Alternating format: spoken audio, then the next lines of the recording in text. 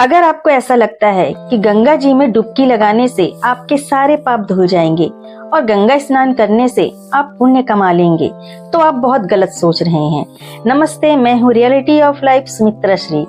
गंगा जी में डुबकी लगाने से पाप नहीं धुलते। हाँ, सिर्फ वही पाप धुल सकते हैं जो आपसे अनजाने में हुए हैं। जानबूझकर की गई गलती या पाप को गंगा मैया कभी नहीं धोती, क्योंकि गलती तो अनजाने में होती है, लेकिन पाप तो जानबूझकर किया जाता है और पाप की सजा मिलती है, माफी नहीं।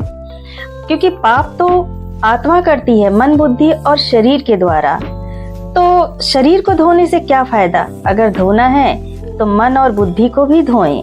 जब आत्मा ही मैली है तो शरीर को धोने से क्या फायदा? शरीर को धोने से कैसे पाप कर सकते हैं? जब आपने बबूल के पेड़ लगाए हैं तो आप उसमें से सिर्फ कांटे ही पाएंगे। आपको मीठे फल खाने के लिए कभी भी नहीं मिल सकते।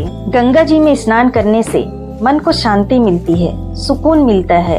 वो हमारी श्रद्धा होती है, हमारी आस्था होती है कि हमने अपनी परंपरा निभाई, हमने अपना धर्म निभाया। महाकुंभ का हिस्सा बनने से एक बहुत अच्छी बात ये हो सकती है कि जहाँ पर करोड़ों श्रद्धालु एक सोच, एक आस्था और एक संकल्प के साथ इकट्ठे होते हैं, तो उनकी सोच की जो वाइब्रेशन फैलती है, जो तरंगे निकलती हैं, उससे हमारे विचार जरूर शुद्ध हो सकते हैं, हमारी सोच बदल सकती है। तो हमारे ऊपर उस माहौल का बहुत असर पड़ता है। जैसे एक फूल की खुशबू हमें कितनी अच्छी लगती है और वहीं पर करोड़ों फूल एक साथ इकट्ठे हो जाएं, तो उसकी खुशबू हमें कितनी अच्छी लगेगी, कितना ज्यादा पावरफुल हो जाएगी। इसी तरह हमने पाप किए हैं तो हमारे पाप सिर्फ प्रायश्चित करने से या अच्छे विचारों से, अच्छे कर्मों से और अपने विचारों को शुद्ध करने से ही कट सकते हैं। हमारे हर कर्म भाव पर निर्भर करते हैं कि हम किस भाव से कौन सा कर्म कर रहे हैं। क्योंकि पाप करने वाले तो प्रयागराज में जाकर भी पाप कर रहे हैं और पुण्य करने वाले पुण्य कर रहे हैं। कुछ लोगों को इतनी आसानी से समझ में नहीं आता है। अगर आ जाता तो तीर्थ स्थान में जाकर भी लोग गलत काम नहीं कर रहे होते।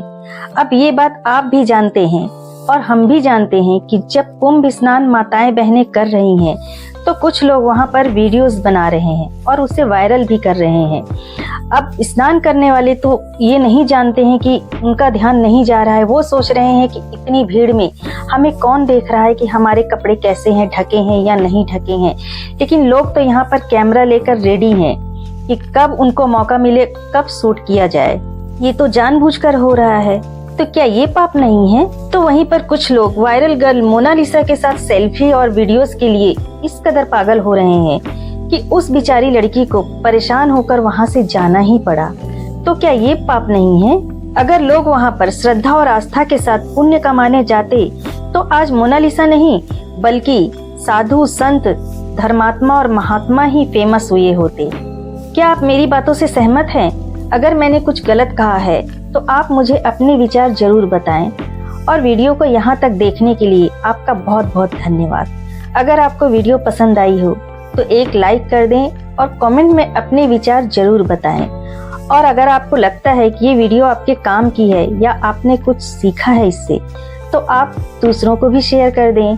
Bye bye.